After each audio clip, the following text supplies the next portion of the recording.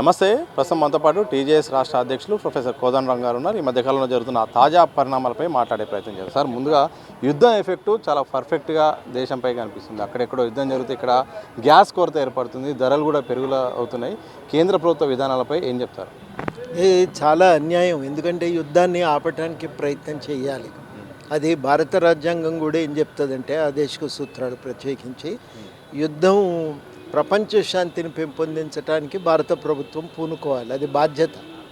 ఎందుకు ఈ సూత్రాన్ని దాంట్లో పేర్కొన్నాయి? ఎందుకంటే మనం వలస ఆధిపత్యానికి వ్యతిరేకంగా అనేక సంవత్సరాల పాటు పోరాటం చేసినాం.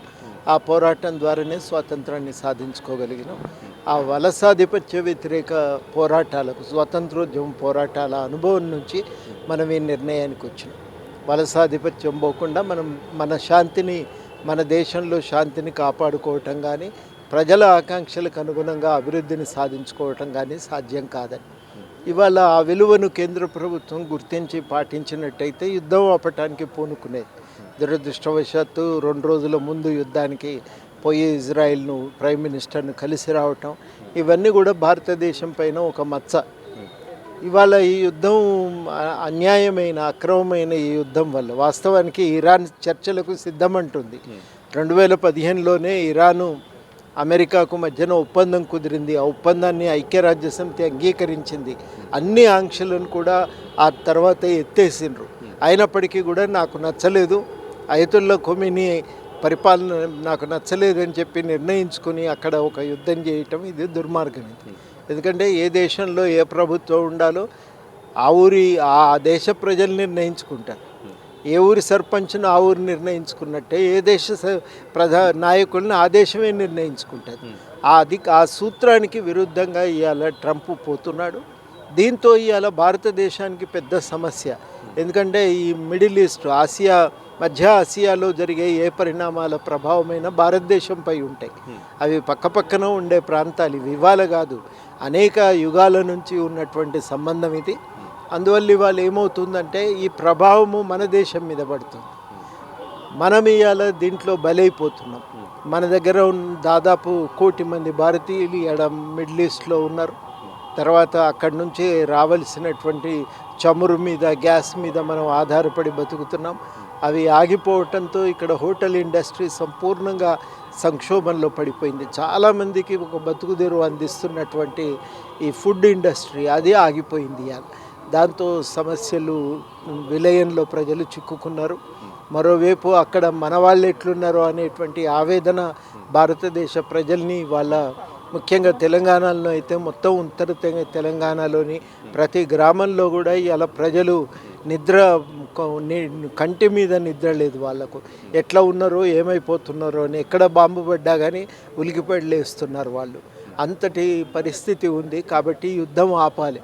ఇవాళ అందరం కూడా మాట్లాడుకున్నది, అనేక సంఘాల వాళ్ళు వచ్చిండ్రు. ఇవాళ యుద్ధం ఆగాలి. ఈ యుద్ధం ఆగితే అందరం ప్రశాంతంగా జీవించగలుగుతాం. కాబట్టి యుద్ధం ఆపటానికి భారత ప్రభుత్వం పూనుకోవాలి. అందరినీ పిలిచి అన్ని పార్టీలతో మాట్లాడాలి అని చెప్పి ఇవాళ ఒక సూచన వచ్చింది. ఈ ప్రయత్నాన్ని చాలా సీరియస్గా ముందుకు తీసుకెళ్ళటానికి మనం ఇక్కడ ప్రయత్నం చేద్దాం. ప్రజల ఆకాంక్షను బలంగా వినిపించే ప్రయత్నం చేద్దామని చెప్పి ఇవాళ నిర్ణయించుకోవటం జరిగింది. దానిపైన ఖచ్చితంగా రేపో ఎల్లుండో కూర్చొని కార్యాచరణ కూడా నిర్ణయం చేసి ప్రకటిస్తాం. తెలంగాణ రాష్ట్రంలో అవుట్ సోర్సింగ్ సంబంధించిన ఉద్యోగులది చాలా పెద్ద ఎత్తున సమస్య ఉంది. ప్రతిపక్షంలో కాంగ్రెస్ పార్టీ అయితే మాత్రం హామీ ఇచ్చింది. కానీ ఇప్పటికి ఎన్నిసార్లు వినతి ఇచ్చినా కానీ ఇంకా వాళ్ళ సమస్యలు పరిష్కారం కావట్లేదని కూడా పెద్ద ఎత్తున నిరసన కార్యక్రమాలు కూడా చేపడుతున్నారు. వీళ్ళకి ఇచ్చే భరోసా ఏమిటి వీళ్ళ తరఫు నుండి ప్రభుత్వానికి? ఇది విచిత్రమైన వ్యవస్థ. ఇది 4 లక్షల మందికి ఆయన వీళ్ళని చూసినోడు కాదు, వీళ్ళు ఆయనను చూసినోళ్ళు కాదు. ఏ పని చేయడు. ఒక చెమట చుట్ట రాల్చకుండా ఏంటంటే ఒక పెత్తనం పైసలు వసూలు చేసుకుంటుండు. ఇది దాదాపు మనకు వెనకటికి హిందీ సినిమాలల్లో హఫ్తా వసూలు చేసేది ఉంటుంది. అంటే ఇట్లా బెదిరించి వసూలు చేసుకుంటూ ఉంటారు హఫ్తా. అట్లా హఫ్తా వసూలు చేసుకున్నట్టే ఉంది. ఈ దుర్మార్గమైన వ్యవస్థ పోవాలని చెప్పి మేము చాలా రోజులుగా డిమాండ్ చేస్తున్నాం. ఇది పోవాలి.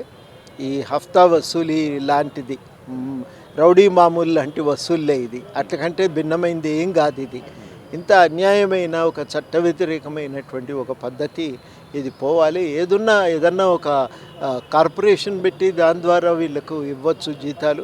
అట్లా ఇచ్చినట్టయితే జిఎస్టీ మిగులుతుంది గవర్నమెంట్కు, వీళ్ళకిచ్చే కమిషన్లు మిగులుతాయి, అవి ఉద్యోగులకు ఇవ్వచ్చు కదా. ఇది వాళ్ళ ఆలోచించవలసినటువంటి విషయం. దానికి మార్పు జరగాలనే దానికి మేము ముందు నుంచి కూడా గట్టిగా డిమాండ్ చేస్తున్నాం. దానికోసం మా సంపూర్ణ ఇవాళ ఈ కాంట్రాక్ట్ అవుట్సోర్సింగ్ ఉద్యోగులు ఈ కాంట్రాక్ట్ వ్యవస్థ మధ్య దళారీ వ్యవస్థ రద్దు చేయాలని పెడుతున్న డిమాండ్కు మద్దతు తెలియజేస్తున్నాం. సార్, తెలంగాణ రాష్ట్ర సంబంధించిన ఉద్యమకారుల గురించి ఈ మధ్యకాలంలో ఇక ప్రభుత్వం నిర్ణయం తీసుకుపోతున్న వార్తలు వస్తున్నాయి. మీతో పాటు కొంత లక్షలాది మంది వేలాది మంది కూడా ఉద్యమంలో పాల్గొన్నారు. వాళ్లకు ఏం భరోసా ఇస్తారు? త్వరలో వాళ్ళకి ఏమైనా గుడ్ న్యూస్ వచ్చే అవకాశం ఉందా? న్యాయపరంగా ఎలాంటి చిక్కులు లేకుండా న్యాయం జరిగేలాగా ఏ రకంగా ప్రభుత్వం ముందుకెళ్తే మార్గదర్శకాలు సులువుగా ఉండే అవకాశం వస్తుందనే నాకు విశ్వాసం ఉంది. ఎందుకంటే ఎట్లా ఏదో ఒకటి మనం గుర్తించాల్సిన అవసరం అయితే ఉంది అనే ఒక భావన ప్రభుత్వంలో ఉంది. కాబట్టి న్యాయం చేయాలనే సంకల్పంతో ఉన్నారు. కాబట్టి ఏదో ఒక ప్రకటన వస్తుందని మేము ఎదురు చూస్తున్నాం.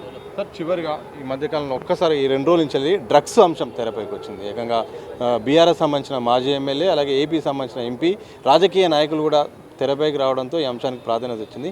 డ్రగ్స్ విషయంలో ప్రభుత్వ తీరు కానీ అలాగే మిగతా వాళ్ళ తీరు కానీ ఎట్లా ఉండాల్సి వస్తుంది? ఇప్పుడు ఈ విషయంలో అయితే ప్రభుత్వాన్ని అభినందించాలి. వాళ్ళు ఎవరు పెద్దవాళ్ళు అనేది కాకుండా ఇట్లా డ్రగ్స్ను రూపుమాపాలనే ఉద్దేశంతో ఒక కఠినమైన చర్యలకు ప్రభుత్వం పూనుకున్నది.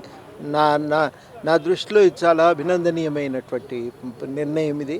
దానికి సంబంధిత అధికారులను కానీ ప్రభుత్వాన్ని కానీ తప్పకుండా ఈ సందర్భంగా అందరం అభినందించాలి. కఠినంగా ఉండాలి, ఇంకా దాంట్లో రెండో అభిప్రాయం లేదు. మనం పెద్దవాళ్ళ దగ్గర నుంచి నియంత్రించకపోతే కింది దాకా ఆపటం కూడా కష్టమవుతుంది. కాబట్టి ఎట్టి పరిస్థితుల్లో ఇది ఇప్పటికే మన దగ్గర తాగుడు మహమ్మారి అనేది ప్రజలను బాగా ఒక విష సంస్కృతిలోకి నెట్టేసింది. ఇవాళ ఇంకా ఇది కూడా వచ్చి చేరిందంటే మాత్రం తెలంగాణ సమాజము బాగా విధ్వంసం అయిపోతుంది. మనం ఇంతగానం కొట్లాడి తెచ్చుకున్నది ఇటువంటి తెలంగాణ కోసం కాదు కదా. కాబట్టి దీన్ని ఆపాలి. మంచి పని చేసింది నిన్నైతే. ఖచ్చితంగా ఈ గట్టి నిర్ణయంతోనే దీన్ని ఉక్కు పాదంతో అనచటానికి వెనకాడవద్దని మళ్ళీ విజ్ఞప్తి చేస్తాను. Thank you sir. ఇది మొత్తంగా డ్రగ్స్పై మాత్రం ఉక్కు పాదంతో మొత్తం అణచివేయాల్సిన అవసరం అయితే మాత్రం తెలంగాణ ప్రభుత్వంపై కూడా ఉన్నది. తప్పకుండా పెద్దవాళ్ళను ఎవరు అని చూడకుండా మాత్రం ఎవరైతే దీంట్లో ఉన్నారో వాళ్ళందరిపైన కూడా కఠిన శిక్షలు కూడా ఉండాలి. ఇక యుద్ధం విషయానికి వస్తే మాత్రం ఇటు ఇజ్రాయెల్ ఇరాన్ మధ్య జరుగుతున్న యుద్ధం విషయంలో మాత్రం యుద్ధం ఆగాల్సిన అవసరం ఉంటుంది, ఆపాల్సిన అవసరం భారత్తో పాటు మిగతా దేశాలపై ఉంటుంది. ఇప్పటికైనా యుద్ధం ఆపితేనే ఇటు ప్రజలకు కూడా ఎలాంటి ఇబ్బందులు ఉండవు. ఇప్పటికే నిత్యావసర ధరలు కూడా పెరిగిపోయి భారత విధానం కూడా అందరితో స్నేహపూర్వకంగా ఉండాల్సిన అవసరం కూడా ఉంది. అవుట్సోర్సింగ్ సంబంధించిన సమస్యలు కూడా ప్రభుత్వం దృష్టికి అయితే తీసుకెళ్తాం. తప్పకుండా ప్రభుత్వం న్యాయం చేస్తాను కూడా. త్వరలో మరి తెలంగాణ సంబంధించిన ఎవరైతే ఉద్యమకారులు ఉన్నారో వారికి న్యాయం జరగబోతుంది అని ఆశాభావం అయితే మాత్రం ప్రొఫెసర్ కోదండరామ్ గారు అయితే మాత్రం వ్యక్తం చేశారు. కెమెరా పర్సన్ మధుసూదన్తో సతీష్, దిశ టీవీ, హైదరాబాద్.